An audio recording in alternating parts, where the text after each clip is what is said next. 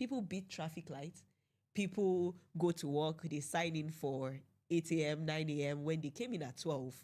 And the person at the desk who is overlooks it, and there are no checks for these things, and you feel it's okay. Sometimes we overlooks it, and there are no checks for these things, and you feel it's okay. Sometimes we're blind to the things that we do until it comes to you and you desperately need that visa to be approved. You desperately need that international passport in 2 weeks. And then you are doing all of the things that you had spoken against. Hello, viewers, and welcome to Transparency Files, a weekly production of the Public Enlightenment and Education Department of ICPC. I am your host, Murna Barnabas Atiaye. Today, we'll be talking about a topic that affects us all, corruption. When we hear corruption, we often think corruption goes beyond that. Together, we will explore how corruption affects ordinary Nigerians, why it persists, and what can be done to stop it.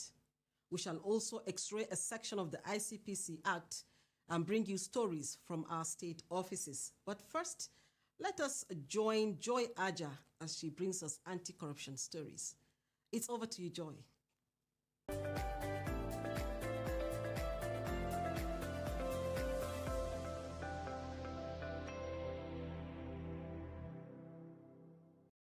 Hello viewers, thank you for joining us. My name is Joy Aja with Anti-Corruption Stories. ICPC has achieved a major milestone in its asset disposal operations, realizing a total of over 1 billion naira from the auction of 23 forfeited assets in 2024. This is the highest amount recorded since the Commission's establishment. This achievement was announced during the 2025 meeting of the Asset Disposal Committee, following a report presented by the Proceeds of Crime Department. The exercise was carried out in line with the Proceeds of Crime Recovery and Management Act 2022, which empowers the Commission to recover, manage, and dispose of assets derived from illicit activities. According to the report, out of the 23 assets disposed of in 2024, 10 were successfully auctioned in December 2024, while 7 could not be sold due to low bids that fell below the approved threshold of for sale value. The remaining 6 assets were affected by legal, security, or encroachment challenges. 4 unsold assets have been rolled over into the 2025 disposal program. For the 2025 exercise, the committee has presented 30 movable and immovable assets for disposal. These include 4 rolled over assets for 2024, 12 immovable assets, 3 movable assets, and 11 batches of perishable assets newly enrolled for auction.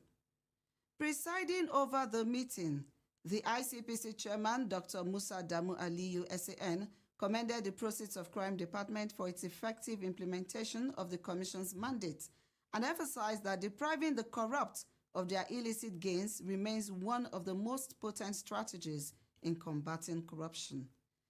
In line with ICPC's commitment to transparency and due process, the 2025 Asset Disposal Committee meeting was observed by independent representatives from the Bureau of Public Procurement, Nigeria Labour Congress, Nigeria Union of Journalists, Accountability Lab, and the Center for Fiscal Transparency and Public Integrity.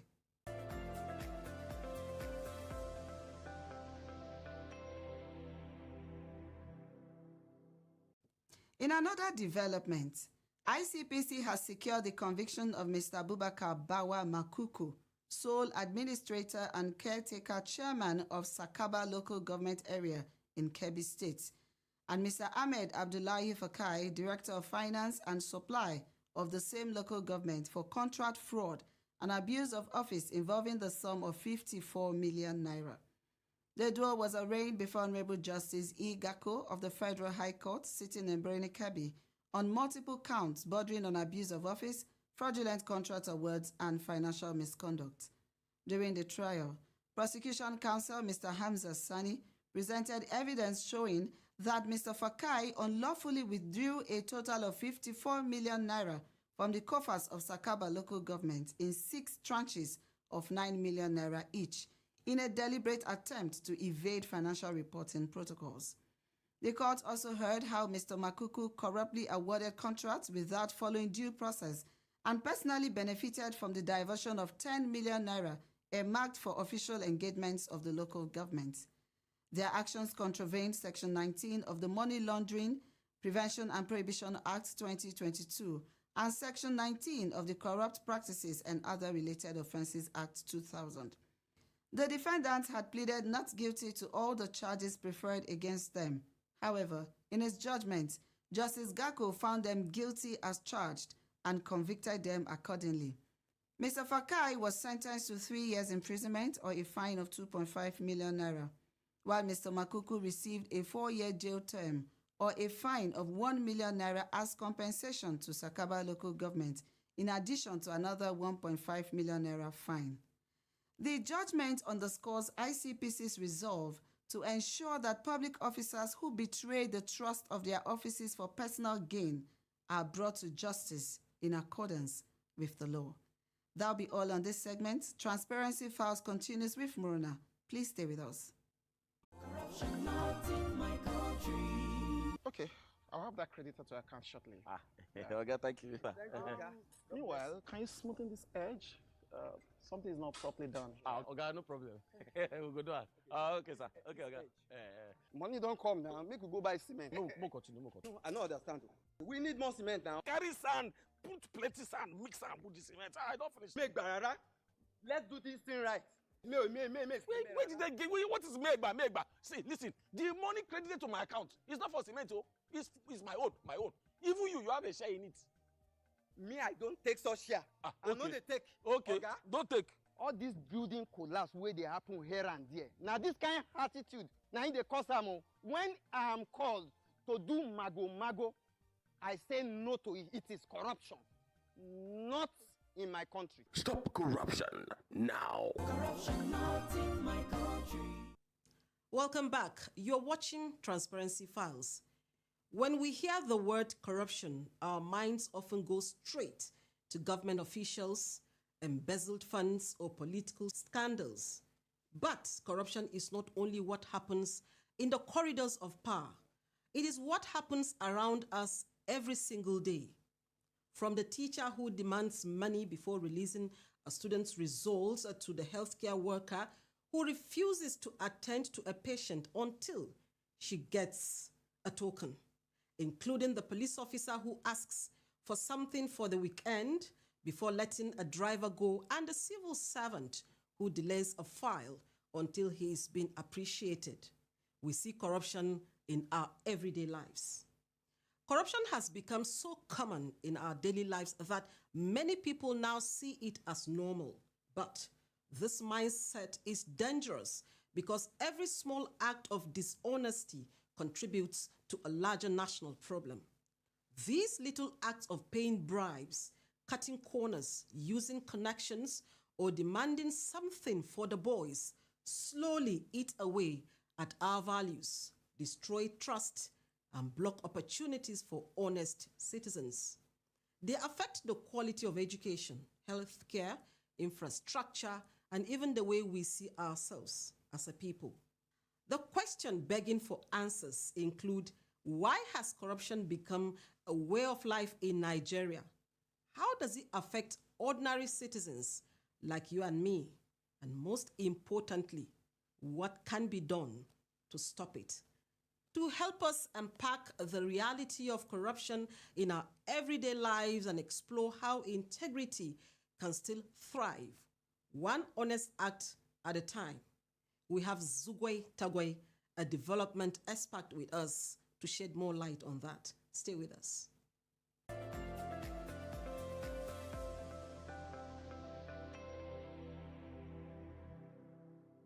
Today we are discussing corruption in our everyday lives. By way of introduction, can you give us a brief background to corruption in our everyday lives? So for me, I would say that corruption in our everyday lives begin from our homes. It begins from those values that we're being brought up with. It begins with what we see around us, how we see people behave or act. And it could be from things as little as incentives to children to make them do what they're supposed to do naturally. It could also be trying to make it easy for your child to get into a certain position that has been challenging over a particular time. We have things like corruption or corrupt practices and greasing palms of people when you're trying to get a job. We have people who are bringing in friends, family members who are not qualified for certain roles or positions, or who do not even go through the right channels or process of application. And for me, it goes beyond even money exchange or trade of finances. It's a lot of incentives given. It's a lot of, oh, what do I give? What do I do for you? Even if it's in kind, not just cash, for you to be able to make this process easier, but at the same time to the detriment of somebody else or the natural process. Why and how did we get to this point? Over time, first of all, there's the thing of entitlement. I think a lot of times it's the value system. We have an eroded value system. We do not have proper checks in place in terms of systems. So when I say systems now, institutions, where people get away with just anything. There are no consequences for actions. Even in places where there are consequences, they are not implemented. So people say, what's the worst that can happen? People beat traffic lights. People go to work, they sign in for 8 a.m., 9 a.m. when they came in at 12. And the person at the desk will see, overlooks it. And there are no checks for these things. And you feel it's okay. We go to marketplaces and people are willing, or you want to buy certain things. With one person you hear it might be costing 2.5. Someone else is selling that for 10,000 just because they tell you it's a plaza. Or I think we've gotten to that point where we've even lost our humanity. So there's the point of also losing our humanity as a people. Talk about the effect. How does this affect the ordinary citizens like you and me? In a lot of ways. So for corrupt practices, we have, let me come to systems so that we're not just speaking to particular situations, but then we have systems like the educational system, we have health system, we have situations where you have someone who is responsible for the building of healthcare, quality healthcare, providing quality service, and that money is being siphoned. And we do not have the equipments that are supposed to be in that healthcare. We do not even have the healthcare in existence. Power supply, our businesses are failing. You do not have proper storage systems, and people have not focused on delivering on their jobs, whether it's in ensuring that they actually show up to secure the lives of people, they actually train properly, or they do not siphon the funds that are used to equip the military on ground. People are exposed. People can't go to farms today. We have hunger. We have hike of prices of food. We have malnourishment. We think it's just insecurity, but it builds up in other areas. What can we do to reduce corruption in our everyday lives? First and foremost, I would say stop pointing fingers. It's not a them or their, no. A lot of times we like to exempt ourselves. I would say, oh, they are doing this. But the question is, how have I also promoted corruption? How have I also indulged in corruption? Sometimes we're blind to the things that we do until it comes to you and you desperately need that visa to be approved. You desperately need that international passport in 2 weeks. And then you are doing all of the things that you had spoken against. You desperately need a hospital to attend to your family member. We need to realize that we all are susceptible to corruption. Define your value system, define your principles, and be willing to stand on these principles and by these principles, come rain, come shine. Checks need to be put in place. Consequences need to be implemented and adhered to. There's nothing like favoritism if we want our society to actually work for us. So we have heard corruption in our everyday lives is a problem of you and I. We need to check ourselves, check our value system, Don't wait until something goes wrong and then you begin to say, Nigeria has happened to me. Or it goes wrong for your family member, say, Nigeria has happened to my family member. No. Take a bold step against corruption today.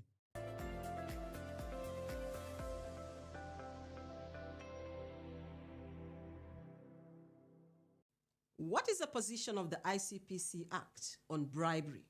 Barrister Enosa Emogibo is here to tell us. Watch this.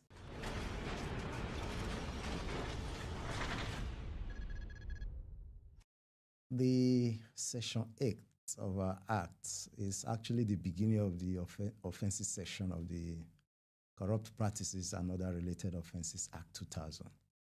And for good reason, the offense of gratification or bribery, as it's commonly called, is the beginning of the offenses section, and that's provided for in Section 8 of the Act.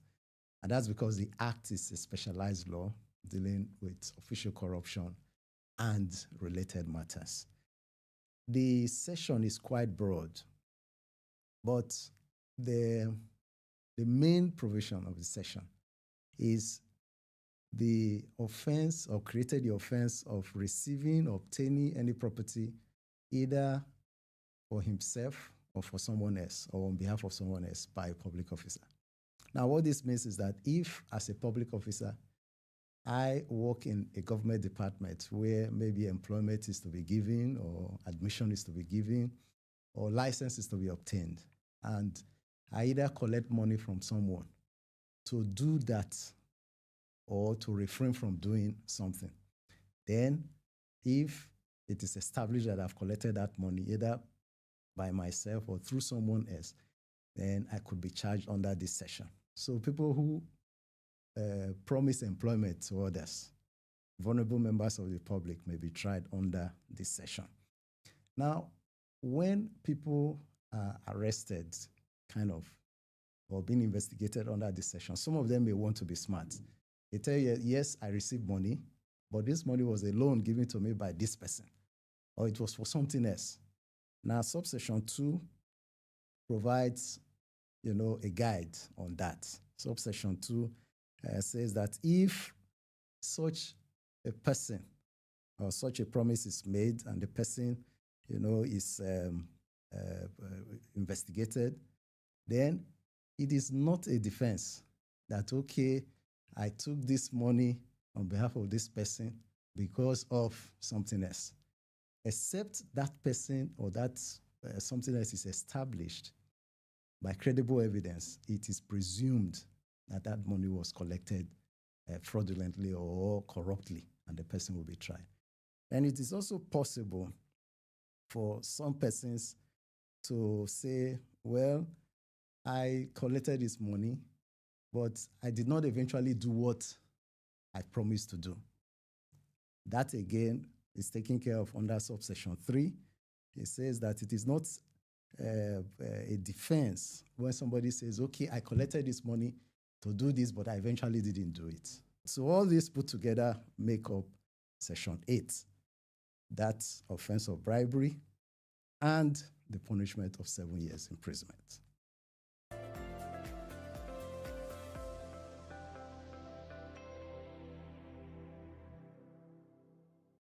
ICPC is working not just at the headquarters, so we have update on happenings in our state offices.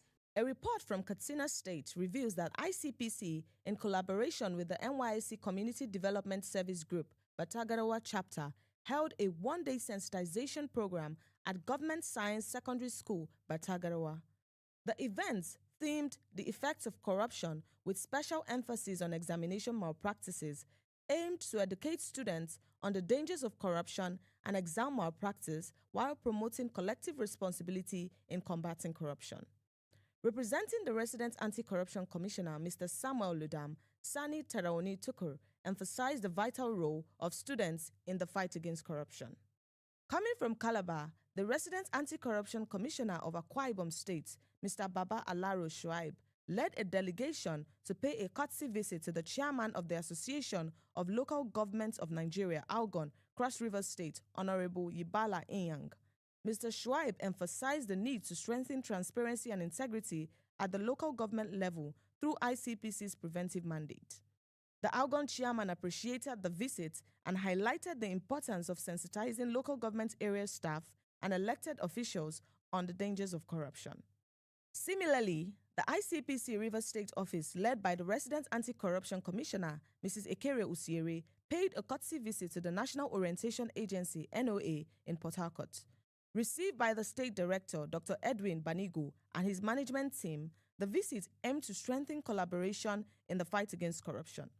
Mrs. Usiere emphasized the need for renewed synergy between both agencies, while Dr. Banigo reaffirmed NOA's commitment to sustaining and deepening the partnership for national development.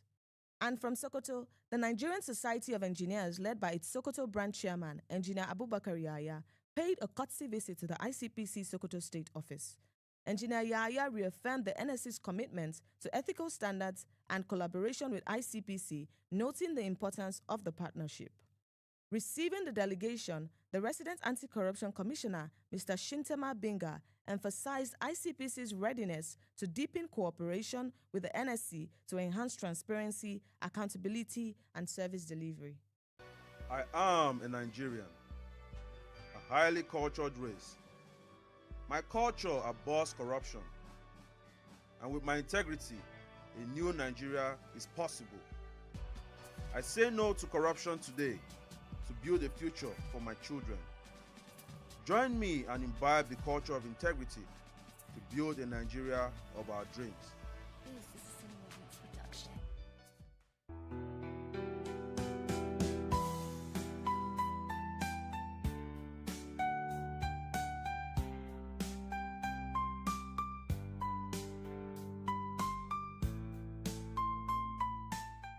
From our discussions today, it is clear that corruption is not just a problem of politicians, but a problem of values, attitudes, and daily choices. Every time we offer or accept a bribe, cheat the system, or look at the other way, we keep corruption alive. But change begins with the decision to live with integrity, no matter how small the situation. Remember, a better Nigeria starts with you. That's our program for today. Join us every Friday at 6:30 p.m. on NTN Network and NTA International. You can also watch previous editions on our YouTube page with our ID, ICPC Nigeria. See you again next week. It's bye for now. My name is Murna Barnabas Atia.